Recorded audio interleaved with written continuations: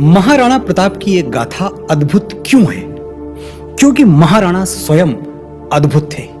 वो अकबर के विरुद्ध उस वक्त खड़े हुए जब आसपास के लगभग सभी राजे रजवाड़े उस मुगल को झुककर सलाम पेश कर रहे थे। आबू, बांसवाड़ा, डूंगरपुर, मालवा सब अकबर का आधिपत्य स्वीकार कर चुके थे। अकेले प्रताप थे जो अपने शौर्य पर अटल रहे। और शौर्य क्या है? अपने लिए लड़ना, अपने अधिकारों के लिए लड़ना? नहीं, अपनी मातृभूमि के लिए लड़ना। अपने लिए तो कोई भी लड़ सकता है।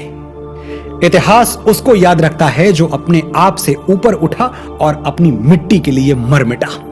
समय झुकने वाले सर नहीं, कटने वाले सर याद रखता है। यही कटने वाले सर ना होते तो आज भी हम गुलामी का कलंक अपने मस्तक पर ढो रहे होते। स्वाधीनता एक स्वप्न बनकर रह जाती। तलवारें जहां सोती रहती हैं म्यानों में, किस्मतें वहां सड़ती हैं तहखानों में। शोणित के बदले जहां अश्रु बहता है, वो देश कभी स्वाधीन नहीं रहता है। भारत के वीरों की तलवारें कभी म्यानों में सोई नहीं। अकबर क्या, किसी भी मुगल की हुकूमत पूरे भारतवर्ष पर कभी रही ही नहीं। दिल्ली सल्तनत नाम की कोई चीज वजूद में थी ही नहीं। मुगल अलग अलग राजाओं से मिलकर इस देश के कुछ हिस्सों पर शासन करते रहे। साम्राज्य जैसा शब्द, सल्तनत जैसा शब्द एक मजाक से ज्यादा और कुछ नहीं है। महरौली से यमुना तक हुकूमत करने वाले लुटेरों को हमने जरूरत से ज्यादा इज्जत दे दी और अफसोस होता है ये कहते हुए कि सच्चे शूरवीरों को भुलाकर हमने इन अपराधियों को हीरो बना दिया।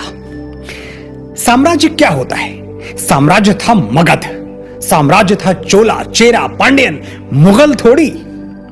अगर हम मुगलों, तुर्कों, खिलजियों और लोदियों के सचमुच गुलाम रहे होते तो आज सनातन धर्म और सभ्यता का नामो निशान यहां बाकी नहीं होता। हिंदू हमेशा के लिए मिट गए होते, हिंदुत्व हमेशा के लिए मिट गया होता, भारत कुछ और हो गया होता।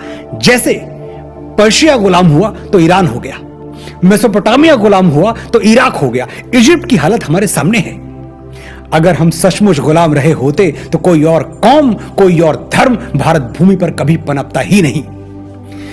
भारतवर्ष के वीरों ने कभी अपने हाथों में चूड़ियां नहीं पहनी थी और बड़े ही प्रायोजित तरीके से हमारे अंदर ये इंफीरियरिटी कॉम्प्लेक्स भरने की कोशिश की गई कि हम पद्दलित और कमजोर थे। मुगल एम्पायर के बारे में सैकड़ों पन्ने रटवा दिए गए हमें। दिल्ली सल्तनत के बारे में क्या क्या पढ़ा दिया गया। महाराणा हमीर सिंह ने मोहम्मद बिन तुगलक को 6 महीने कैद में रखा, यह इतिहास हमें क्यों नहीं बताया गया। महाराणा कुंभा ने मालवा के सुल्तान महमूद खिलजी को महीनों बंदी बना के रखा, यह हमें क्यों नहीं पढ़ाया गया। महाराणा सांगा ने दिल्ली के सुल्तान इब्राहिम लोदी को खटोली के युद्ध में बुरी तरह पराजित किया, यह चैप्टर टेक्स्ट बुक्स में कहां है। ऐसे दर्जनों युद्ध हुए हैं जहां इन आतताइयों को हमने पैरों तले रौंदा है। 7वीं सदी में बप्पा रावल ने मोहम्मद बिन कासिम को ईरान तक दौड़ा दौड़ा कर मारा था, यह हमें क्यों नहीं पढ़ाया जाता।